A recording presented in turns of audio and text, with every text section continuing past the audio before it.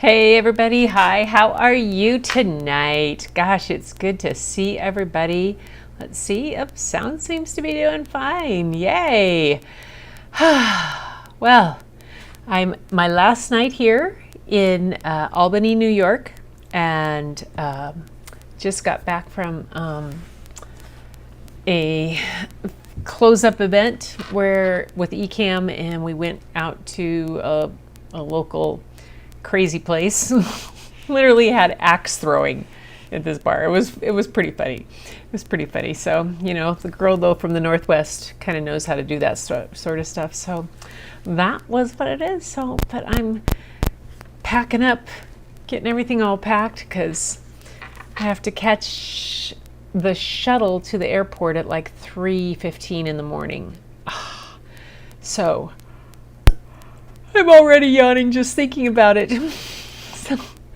So don't be surprised if tonight is. I've got one story, and I forgot to pull up the information about the author and the artist, but I think you'll enjoy them anyway. So let's check in with everyone. And we have Linda, I see, is here, and Julia. Yay, Gail and everybody. Yeah, I'm excited to get home and grab up everybody's art and things that they've been doing and have on Friday, just have a celebration of everyone's art. What happened with Tamara? No, okay. Julia there. I've not sent in had a big problem. A bug landed on it. I brushed it off and it left a mark. Oh, nasty bug. See how you can incorporate it. Wonder. That's too bad. Well, you know, we won't notice. I would still love to see it. Anyway, Tamara and Julia, gosh, everybody's checking in. Yay! There's me. So, yep, hey, Gail. And there is Lupe. Hi, Lupe. Well, yeah, you know, I bet you she'll figure out something. Let's see. Who knows? There's Larry, Mr. Ooh La La, and there, everything. I can't imagine after all the hard work. Soft eraser, clean it off. Soft eraser, that might be a good idea. I will do some collage on it. That's a good idea. There we go. It's always, you know, fix it up, wear it out, make it do without. That was my mom's motto. So there's always ways to fix it up. And Larry's making dinner tonight. I didn't see you there. Hey. And Larry the Wise didn't make it, and it made it worse. Oh, soft eraser made it worse. Yeah, sometimes animal residue, different even insect stuff has real interesting kind of oils and things in it. So you never quite know. Fish and shrimp. What did I have today for dinner tonight? Oh, they had catered there. I had this mac and cheese. Seriously, it was good mac and cheese. Went shopping. Don't eat seafood. You're a taco kind of girl, huh, Gail? I tried to get amarula online. Nope, that didn't work. Oh, that's too bad. Embellish it with the bug. That's a good idea. Oh, but it was in the. Oh no, I'm Julie. I'm sorry, you're at urgent care.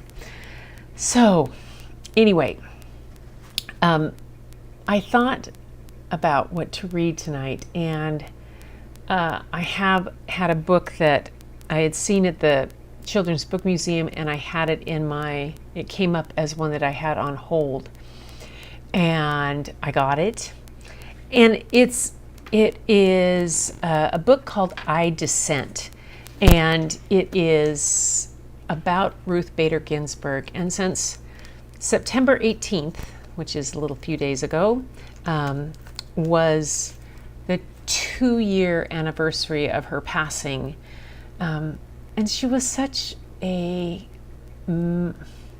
influential figure in all of American history as a member of the Supreme Court and everything. And I thought it would be a nice way to honor her and remember her, and to share this book that talks about her, and plus the way the illustration and the use of the words are in it.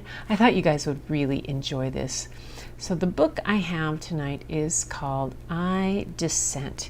It is by Debbie Levy and illustrated by Elizabeth Baddeley. And I forgot to look it up online, so I'm just going to hop right into this story because your storyteller is tuckered out and she's excited to go home. So I'm going to read my story and then read our story and celebrate this wonderful woman and this wonderful book. And I think, that's one of the things I love about children's literature is that it gives you a chance to find a snippet about someone and about history or about people in some way. And then it puts a little bit of an interest in, and you can always come back to it later. So that's what I'm doing tonight with this one called I Dissent. Oh, there it is. Ruth Bader Ginsburg makes her mark. And I think I'm going to move myself over here. Might be a little bit better to read from there. Yeah, I'll be out of your way. What does it say here? Can't quite read there about how the illustrations were done. I was looking to see in that, but nope, too little, too much. All right, here we go. I Dissent. You could say that Ruth Bader Ginsburg's life has been one disagreement after another. Disagreement with creaky old ideas, with unfairness, with inequality. Ruth has disagreed, disapproved, and deferred. She was objected. She has objected. She has resisted. She has dissented. Disagreeable? No. Determined? Yes. This is how Ruth Bader Ginsburg changed her life and ours. In 1940, Little Ruth's neighborhood was vibrant with immigrants. People from Italy, Ireland, England, Poland, and Germany, Jews from Russia like Ruth's father, Nathan Bader, people from different cultures with different holidays, foods, and traditions. But in all these families in Brooklyn, New York, and in families everywhere, one thing was the same. Boys were expected to grow up, go out into the world, and do big things.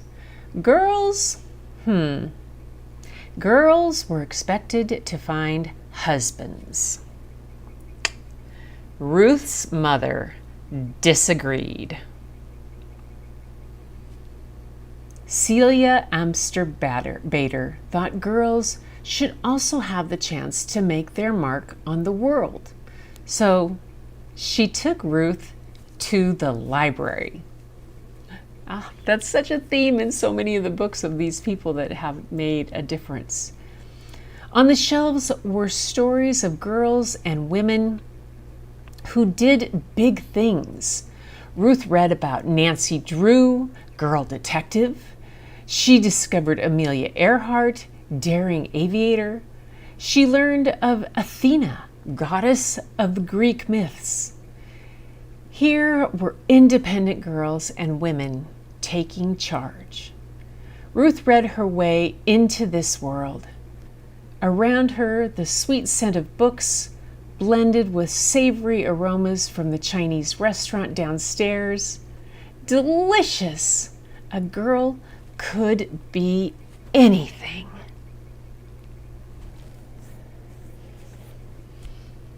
Sometimes Ruth and her parents took car trips out of the crowded city. As they drove past a hotel in Pennsylvania, Ruth saw a sign. No dogs or Jews allowed. Well, this is how it was in those days. Hotels, restaurants, even entire neighborhoods announcing no Jews, no colored, no Mexicans, no, what was this one? White only. There we go. Not welcome, whites only, no, all things not allowed. Ruth and her family were Jewish. This was prejudice, pure and simple. Now it was Ruth's turn to disagree. She disagreed by never forgetting how it felt to read such words. She never forgot the sting of prejudice.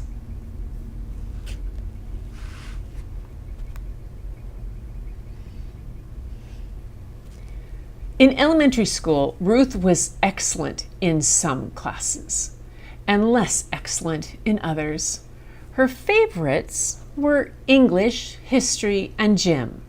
In these, she did well. But then there was handwriting.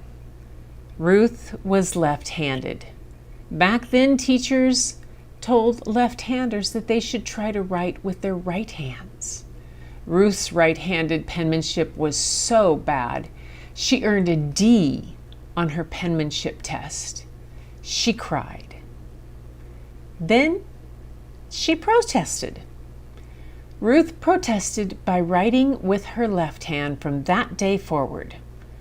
And it turned out that she had quite nice handwriting. Ruth also had a little problem with sewing and cooking. These were her least favorite classes, but girls had to take them. Boys took shop, where they worked with saws and other tools. Ruth objected. She wanted to take shop. She wanted to handle a saw. She didn't get what she wanted. It may have been unfair to girls and to boys, but Ruth was learning that sometimes life was like that. Ruth loved music. She especially loved opera. In music class, she lifted her voice in song.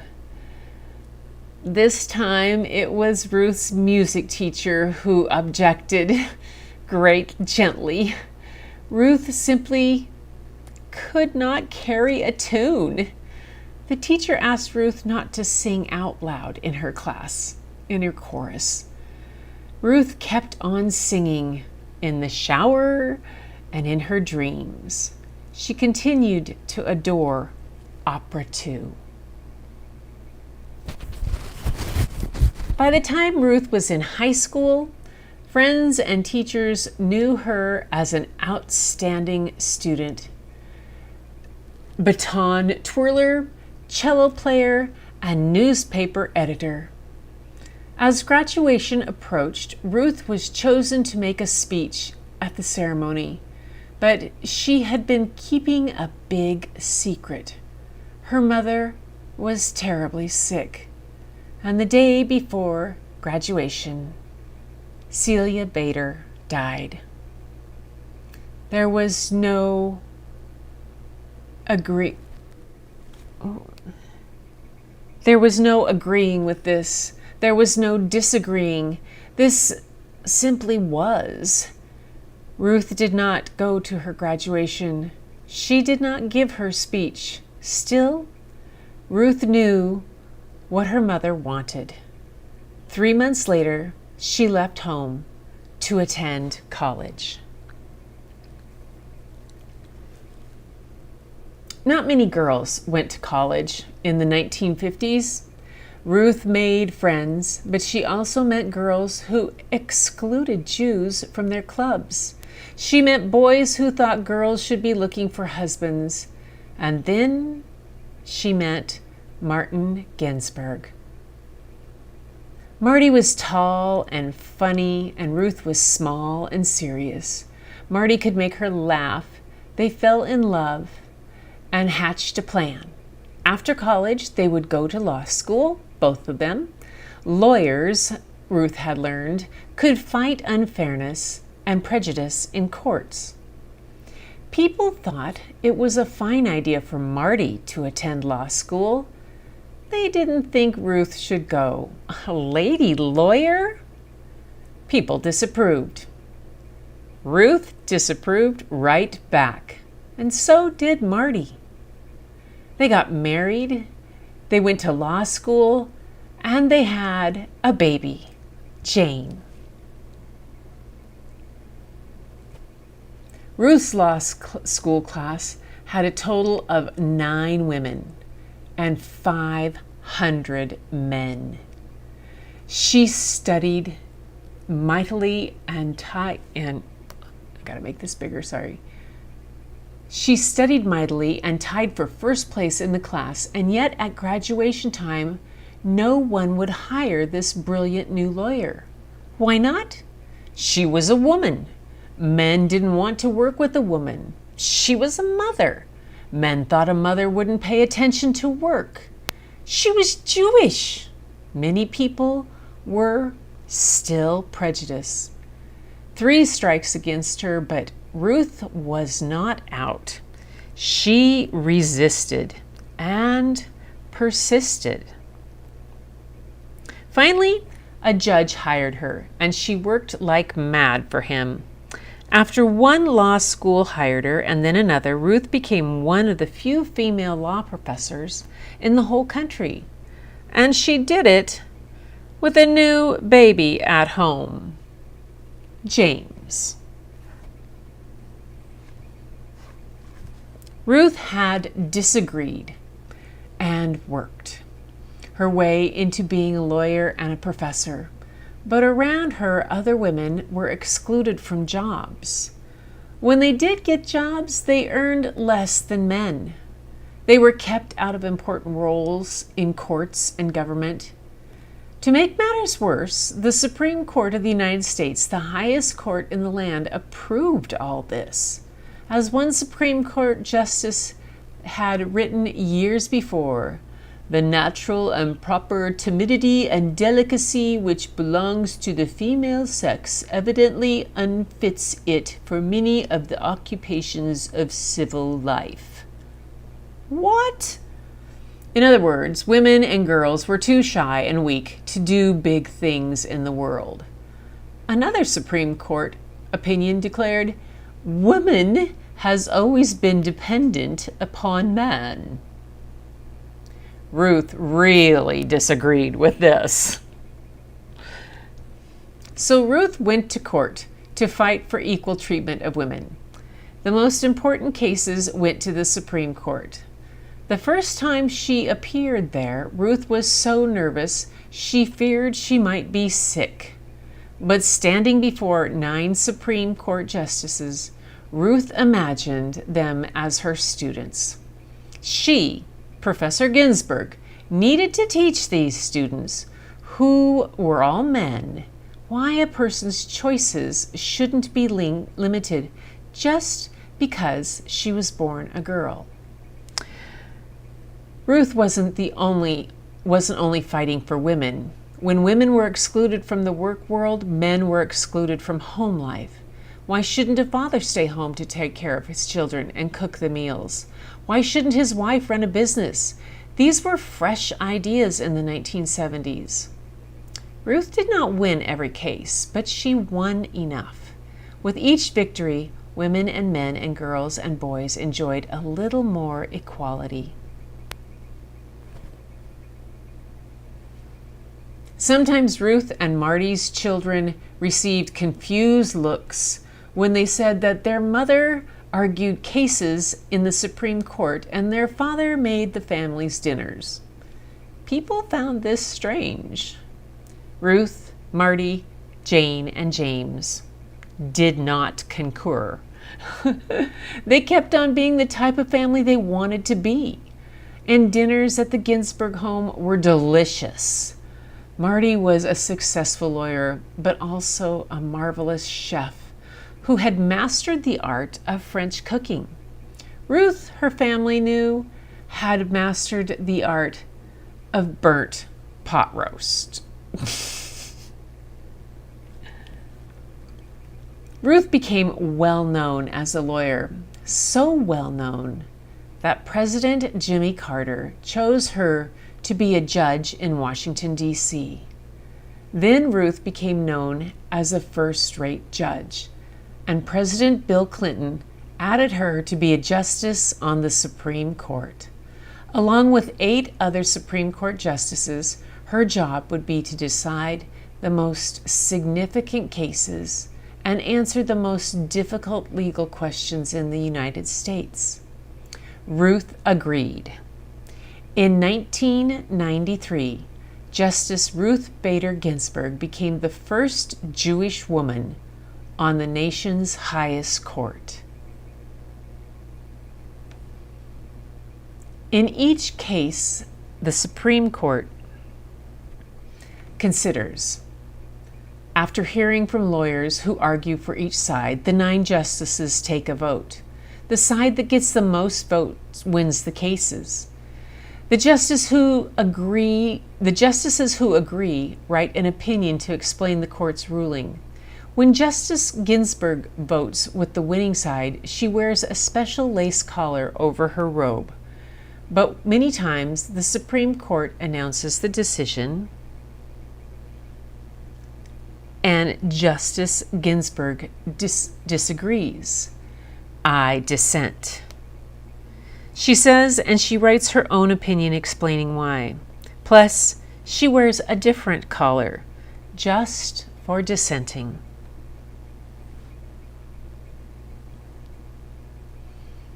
I dissent, Justice Ginsburg said when the court wouldn't help women or African Americans or immigrants who had been treated unfairly at work.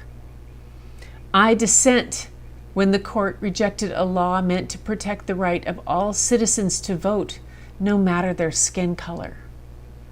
I dissent when the court said no to schools that offered African Americans a better chance to go to college. Justice Ginsburg can be very convincing. In one dissent, she explained why the court was wrong to rule against women workers who were fighting to get paid the same as men. Congress and the president agreed with her and passed a law to undo the court's ruling.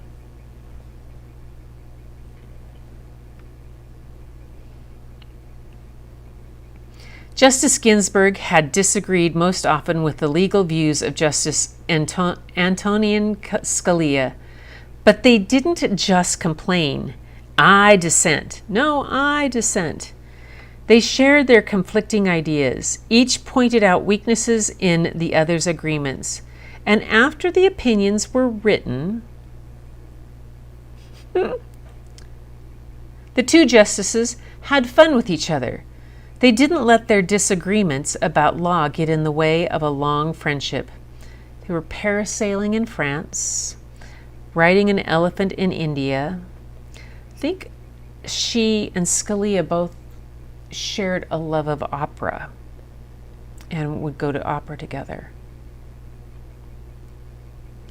Justice Ginsburg is now the oldest member of the Supreme Court. Some people have said she should quit because of her age. Justice Ginsburg begs to differ. She works as hard as ever. She exercises in the gym. She never misses a day in court. She attends the opera, gives speeches, and travels. Many have cheered Justice Ginsburg for her persistence and independence. They called her a rock star, a queen, a goddess, a hero. Of course, Ruth Bader Ginsburg isn't a rock star, a queen, a goddess, a hero.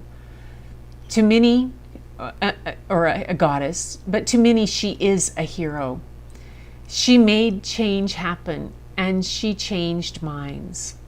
She cleared a path for people to follow in her footsteps. Girls in college, women in law school, and everyone who wants to be treated without prejudice. Her voice may not carry a tune, but she sings out for equality. Step by step, she has made a difference. One disagreement after another. And here it tells more about her. Goes on. all different kind of things about her.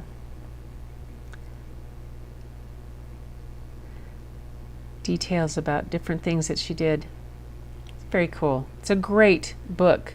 And also has some information on Supreme Court cases that she was involved with. And where you can go and listen to those. I Dissent by Ruth Bader. I'm about Ruth Bader Ginsburg. Yay. Fight for the things that you care about, but do it in a way that will lead others to join you. Yeah. I love that. I love that book. Isn't that cool? She was a phenomenal, absolutely phenomenal woman.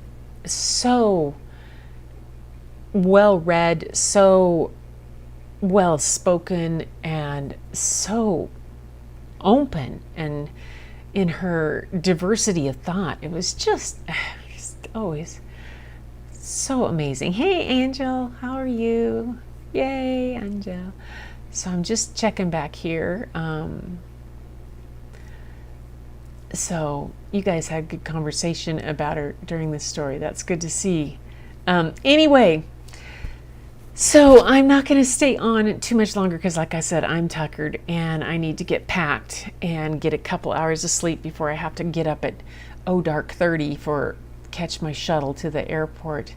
But I wanted to share this book for you. Hi, Angel. Yay. And, like I said, the 2-year anniversary of her death was on September 18th. And I just thought that this would be a good book to share and remind us about those single individuals that make such a difference for us in different places. And I know that there across the world, there are people, we've read stories about people in different parts of the world that have made those kind of differences. But this one, it was good to see that. So I'll be home tomorrow, have a story tomorrow night. I'm going to see if I can maybe find something that's in the Banned Book Week list, because it is Banned Book Week, and I thought I would have some time to do something with that. Lots to share, lots to see, and then Friday, if you have any artwork, we're going to share it on Friday. So I'll be back, but I'll be winging my way back across the country tomorrow and finally get home. Yes, it'll be good to be home after a long trip away. So everybody, thanks for joining me for tonight's story and for being here. And I hope you enjoyed this one. A little quieter than Skippy John, but still as significant. And because all of you guys, I thought, all of you guys have your own way of making a difference. You make a difference in my life every day.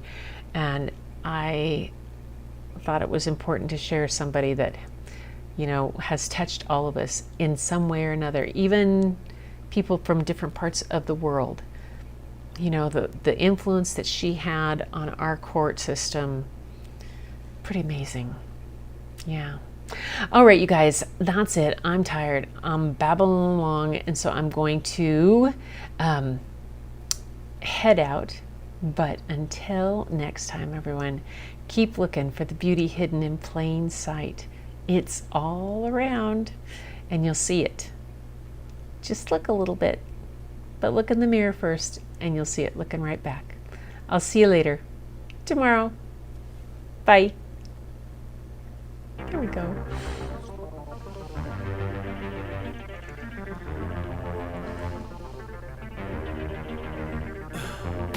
In the heat of the night, we could get lost in all the lights and sound. Thank you. I will have a safe flight. Yay, Lupe, I'm glad you liked it. Oh, I'm glad you liked it, you guys. Yes, the dog and Bob will be happy.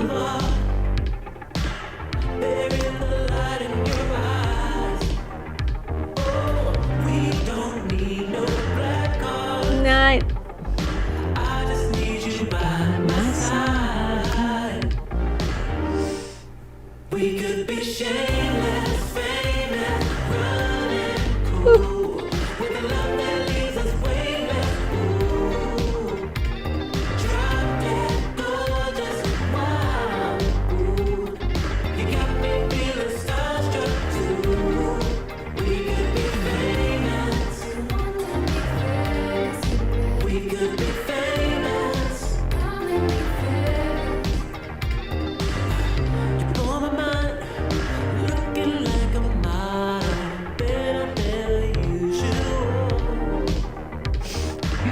Good night, John Boy. And you're typical. I put you on a pedestal. There's not just stars on the boulevard. There is the light in your eyes. Yeah, big yawn. Big yawn, you caught me. Ugh. I just need you by my side. We could be shameless, famous, running cool, with a love that leaves us weightless. Ooh, drop dead gorgeous, wow. Ooh, you got me feeling starstruck too. We could be famous. We could be famous. We could be famous. We could be famous. Hey, Ma.